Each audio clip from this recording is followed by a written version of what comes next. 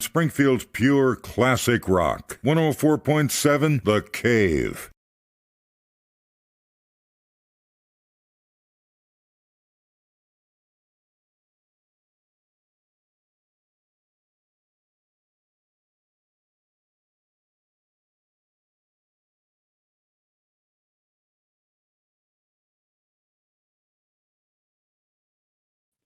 .7 The Cave. Mike, the intern, in the studio this morning with Jay Stevens, who has not turned his phone down did yet, turn it off, but and he the thing, just it turns did. it back up again. I don't get it. I don't know. We're still trying to figure out this thing. It's 8 Dark years Side of into the Stream. this, and we haven't figured it out yet. It's Dark Side of the Stream on 104.7 The Cave, and this week it was Jay's turn. He picked the docu-series Heist on Netflix, which really good watch. It tells 3 different stories, 2 of which are in 2 parts, actually, about some heists that took a lot of money and a lot of balls. A lot of balls. Part 1 of them, at least the first one, was, I think, all about being young and just saying, throw caution to the wind and see if we can pull this off, which they actually did. But before we get into these individual stories, Jay and I are going to come clean on some of the stuff that we probably don't want to talk about on the air. But Jay, have you ever stolen anything? Boy, gosh, I think when I was a young lad, my buddy lived across from an auto parts store in LA, and he said that he used to go up on the roof and hang out for some reason, who knows why.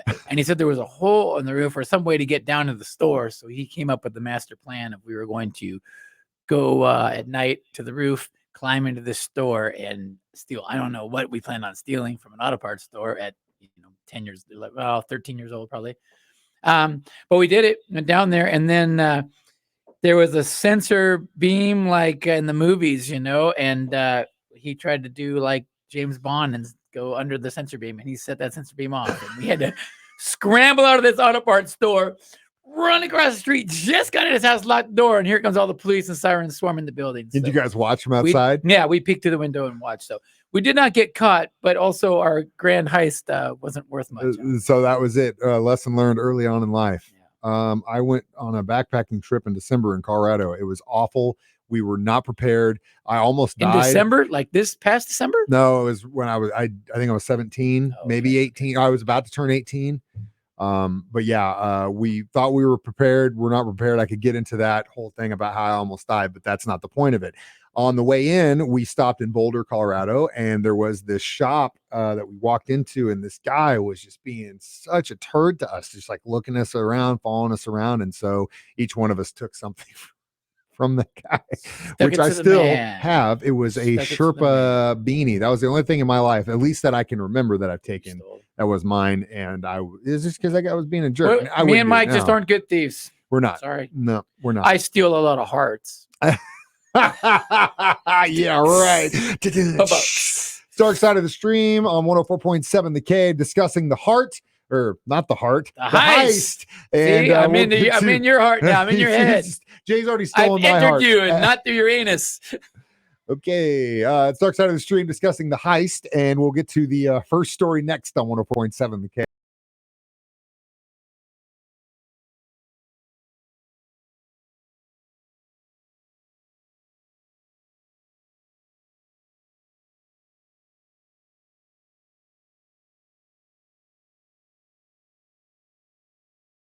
.7 The Cave. Mike the intern, Jay Stevens, back in the studio. Dark Side of the Stream discussing Heist. It's on Netflix, and it's a docu-series that talks about 3 different heists, and we will go into these individual stories now in our next breaks. The first one, titled Sex Magic, spelled with a CK, money and murder, and I'll get into that in a second. You knew right out the gate this is Jay Stevens' name. Literally what I told him when I said, hey, you ready to do this thing? He goes, yeah. And I was like, I knew it was you. As soon as I saw that first part 1, which was Sex Magic, and I was like, oh, hell yeah, that's what I'm into. Sex Magic, I need to get in on this. If you're not familiar with what Sex Magic is, Ozzy, Jimmy Page, all those guys were totally into it. It's Aleister Crowley's Sex Magic, which he wasn't like a founder or anything, but he was definitely a big proponent of it. Which probably a good name for a band. Sex Magic. I'm surprised there isn't Sex Magic, but basically Sex Magic is the idea that orgasms are so powerful that you can actually will your way when you are practicing these things to happen. It's almost like a vision board. That's how I got the job here. It's almost like a vision board of sorts. It's It's the idea that magic is your will. Like if you want something bad enough, if you will it, it will happen. It's true. I feel it's true. It's true. I'm not sure where the sex comes into play, but or do you will having sex? I'm gonna will having sex with her, and then it works. I mean, that particular part of it would be chaos just magic. Make it stronger. Well, yeah, because it would be like chaos magic is the idea that if you believe in something as much as you will it, you can will it with your will, and that the mind is strong enough to do anything it can, set its mind to. Sex magic is kind of in the same thing, but you're using sex as the tool to get to the goal. That's what this 21-year-old did with a man who she was hooking up with, and basically this charismatic guy, right? Yeah. Like a Night Stalker kind of a character. Roberto Salas, who was a prison poet and had been paroled. And hooks up with this chick, and they basically pulled off one of the largest armored truck robberies in Las Vegas history. Now, here is where it gets interesting. They were able to make it out. It was like $30 million or something. So got away with the money. Yep. Scot-free. 90s. Very good plan they had. All these have very good plans that these heists lay out. Like, they're props to these guys. They're smart criminals. The first one was probably, I think, the best, like as far as getting done, because they made it until 2005, and the only reason they got caught was because she got pregnant, had a son, and was like, I don't want to raise him on the run. I want him to know who his family is. She became a mother and understood that when that happens, you've got to step up to the plate, and she did. So she turned herself in. The dude dipped out, and he's still running free, cashing no those idea checks, where he is, and having more sex magic with more girls. Hey, man, if he's $50 million richer, I'm sure that'll go for the rest of his life. Abracadabra. This is Dark Side of the Stream. I hope you're watching us on the stream, because I'm doing magic right now. Doing magic the first right time now. we ever performed magic, mind-blowing magic. That's blowing my mind, dude. Oh my God, I'm hypnotized. He doesn't have a thumb. It's Dark Side of the Stream, discussing the heist on 104.7. The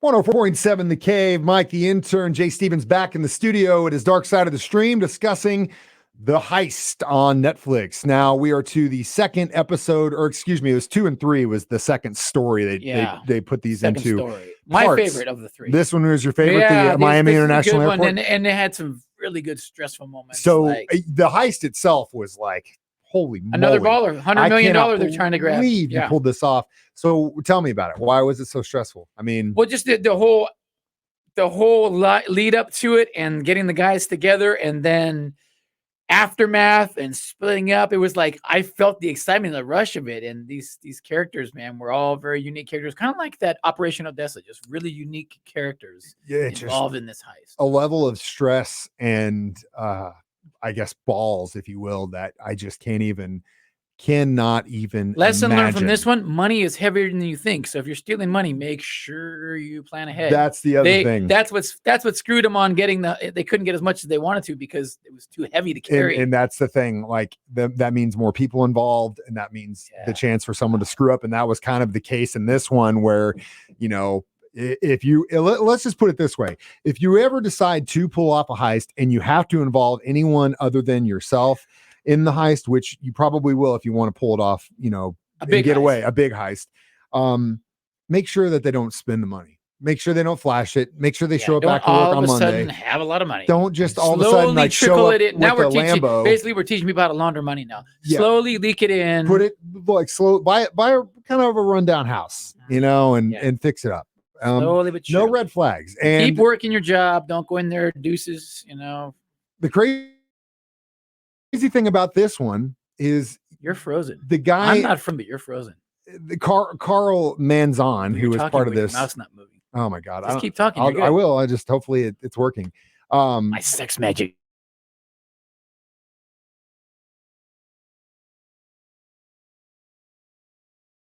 Thing about this one, in mind behind this,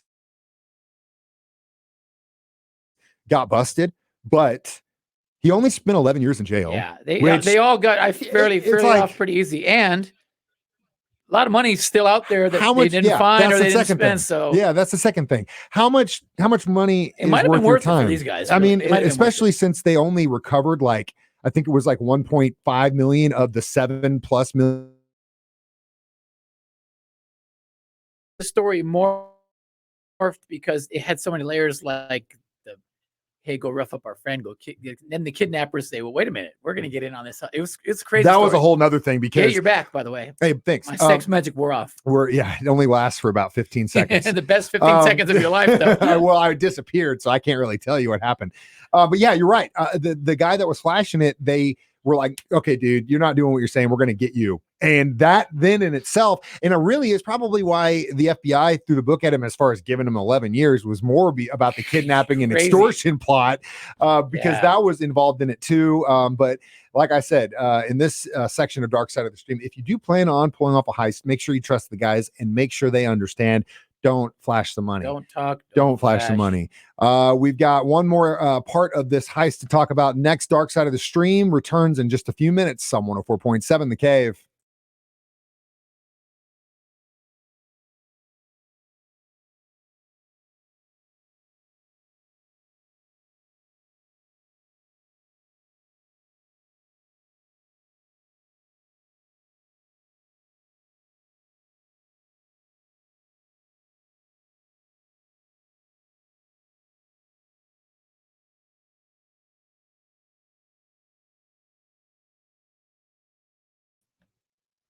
.7 The Cave, Mike the Intern, Jay Stevens back in the studio, Dark Side of the Stream, discussing Heist, and we are to the final story in this docu-series, which is on Netflix. If you haven't watched it, it was a good one. The thing that I kind of know some guys that actually do drink whiskey, and I do know that it is a definitely as far as rich man's drink, dude. If you got the money, there are bottles of whiskey that'll net you over $1,000, if not $4,000, which just like it blows my mind. But that's the fact, and it tells a story about this guy who was essentially stealing bottles of whiskey, and he was a hustler in general. He would flip things, buy things, get things. Somebody wanted. He was like a softball coach or something like that. Softball team guy, and he's just a guy. It just kind of made connections with, hey, you want this? Yeah, I bet it for you, and middleman on some things. He was actually doing it pretty smart because he was just the middleman. He wasn't like really jacking the stuff. No, right? and the other thing about this one is a great example of how sometimes people get too greedy. I honestly believe if this guy had just kind of like kept it on the low and just kind of here and there, he's making maybe 20, 30 extra a year doing this. No one would even know. I want to shoot for the moon. No, man. So really, if you find a way to make money and it's kind of a little iffy, sleazy, if you will, a little greasy, if you will, don't get greedy. Just take what you got and just accept that. And a lot of times these people get really greedy and that's how they get busted. So I thought all in all, Heist was definitely worth my time. Well, the third one had the best twist at the end. Well, because the guy who actually did all the stealing got off scot-free. Well, and he got pinned on these guys. He got pinned on these guys, and the guy that got pinned off, he also kind of got scot-free because he got sentenced to 15 years. He kind of got out earlier, and then they gave him shock probation, which is like, I mean. So again, these guys kind of pulled the heist off. Sorry about your camera. That was all me. I slammed my hands down because I'm angry. Got so excited. The thing that blows my mind is you got people in jail right now that are spending life in prison for selling a plant. And then you get these people, these jokers who are stealing millions and millions of dollars, and some of them get out on probation, shock time. It's a very it's a pretty big miscarriage. How many stolen bags of money do you give this documentary? Definitely 3.5, if not 4. Yeah, that's weird. I thought it kept me. The only thing I kind of wish is I would have liked to see what the real Heather looks like from the first one, because that was actually an actress. Right. She was the only one out of all of them that said she didn't want to be on camera, which if you were telling everyone you were, performing sex magic, I don't blame you. I'll be on camera doing sex magic. Jake, you'd see him Anyone needs every to. Thursday at 9 a.m. when we're doing this. Now you see it. Now you don't. Now you see it. Now you do. Oh, look at that! My sex magic took the camera out. He disappeared. So I guess it's my turn for next week, Dark Side of the Stream, and Jay's let me hold on to this one. What are you doing? Woodstock 99. Let's watch it's the a good world one. burn. I watched it. It's a good one. Perfect. Man. Perfect Perfect time. timing too. We just had Woodstock a few weeks ago. Yeah. perfect. So we'll do Woodstock 99. And as always, you can download these podcasts on our 104.7 The Cap, wherever you get your apps or podcasts at. As always, Dark Side of the Stream on 104.7 The Cave. This is Jay Stevens. And I'm Mike the Sex Intern magicking out. on 104.7 The Cave. Springfield's pure classic rock. 104.7 The Cave.